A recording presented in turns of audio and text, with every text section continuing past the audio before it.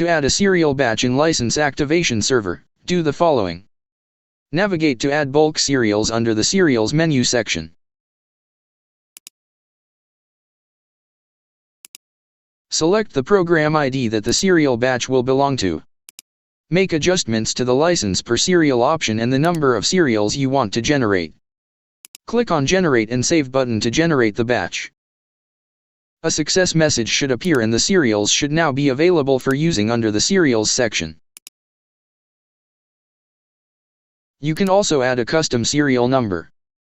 To do this, navigate to Add a Serial under the Serials menu. Select the program ID.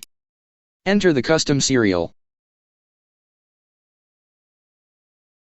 Enter the license per serial needed, then click on Save button to add the serial to the database.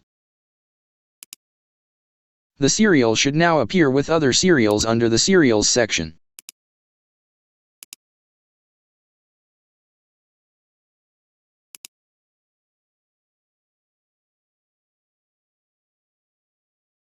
To delete serials, simply select the ones you want to delete, then click on Delete Selected button.